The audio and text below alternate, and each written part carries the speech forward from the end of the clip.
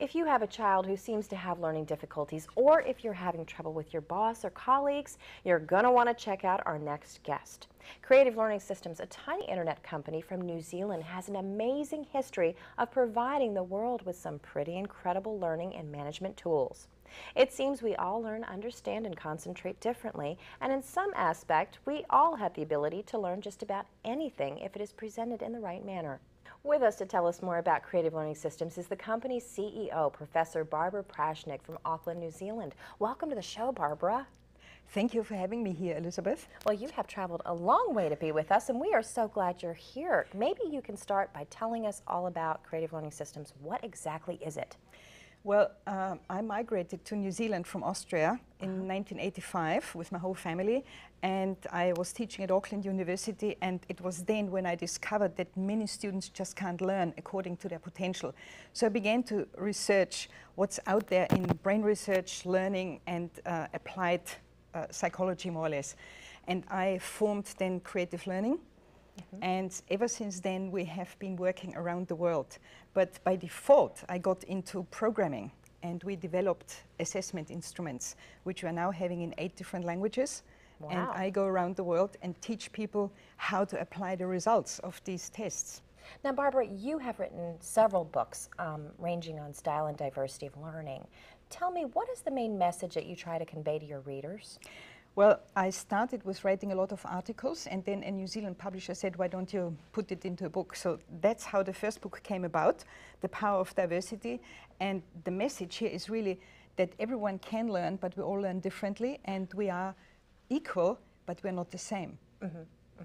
In this book here, a few years later, a British publisher took over and said, okay, we want to show our readers how it works in reality.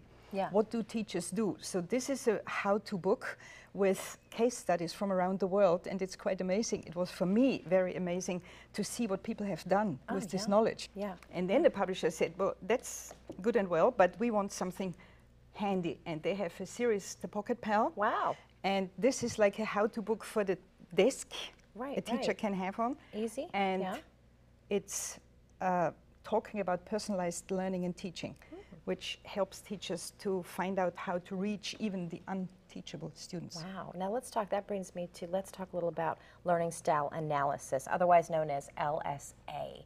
Tell us about that.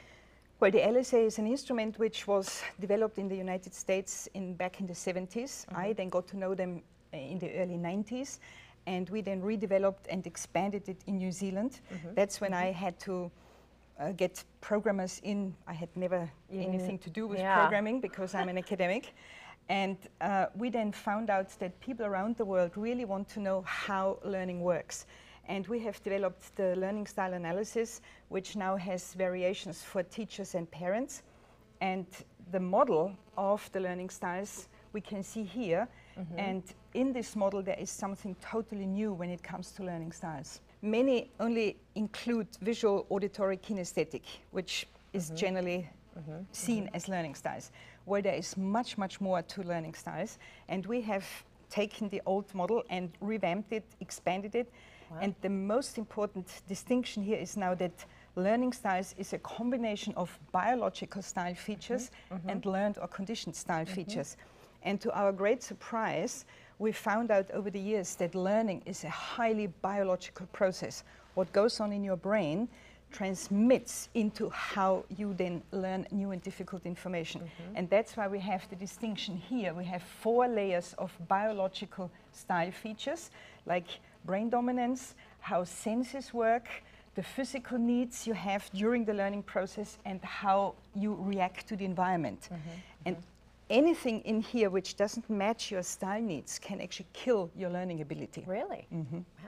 Now, why do you think it's so important to pay attention to the biological differences in students when they're learning something new and maybe more difficult? Well, the biological style features are our preferences we are born with. We don't know why we have them. It's like in your taste. You also have certain preferences. You don't know why you have them. Sure. In the biological learning styles, it means that your brain reacts to certain things, no matter how they told you not to do it or do it differently. For instance, if you have a student who has a high need for mobility, That means they will always have their Always body in moving. motion. Yeah. The younger students are, the more need they have for mobility.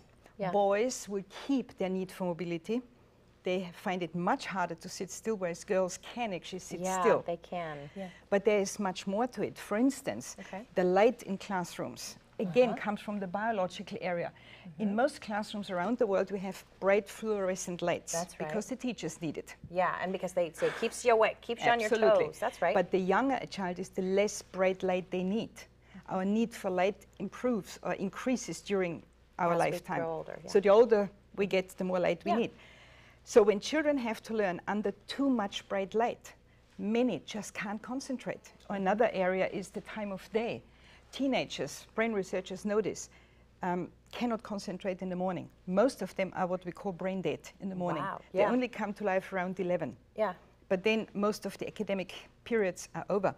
Isn't that amazing? So we have found that around the world, academic achievement actually increases when teachers understand learning styles, when they see the students' results, Sure. and then change small things in their teaching. It's not big, it's small. Now let's take a look at some of the tools you've brought. And since we've talked about this a little more, what do we use for stimulation? What are some of the tools?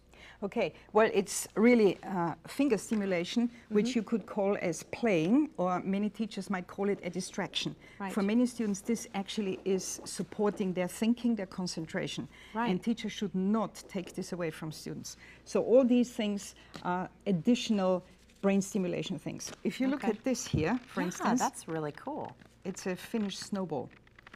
Feels like a snowball, but it's not. And this is a tool which I got from one of the parents of a boy who never ever would stop fiddling with his fingers, and she just put flour in a balloon. Pretty smart. And that's what the student now can do. And what is this? What about this? That's a flip shoot.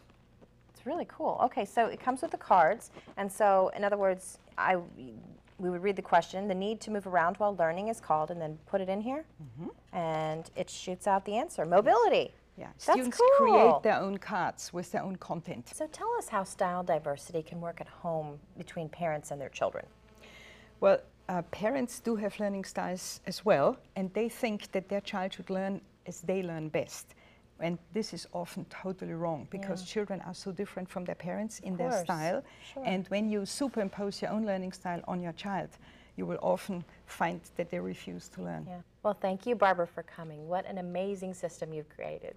Well, thank you for having me, and I hope that your viewers will take advantage of all the things we can offer. Absolutely. Thanks again. To get more information on creative learning systems for your child or in the workplace, you can do so quickly and securely by logging onto the web and visiting www.creativelearningcenter.com, or you can call them toll-free 888-674-6466. Once again, to place orders and get started, visit creativelearningcenter.com. This site truly has it all, so be sure to visit them today.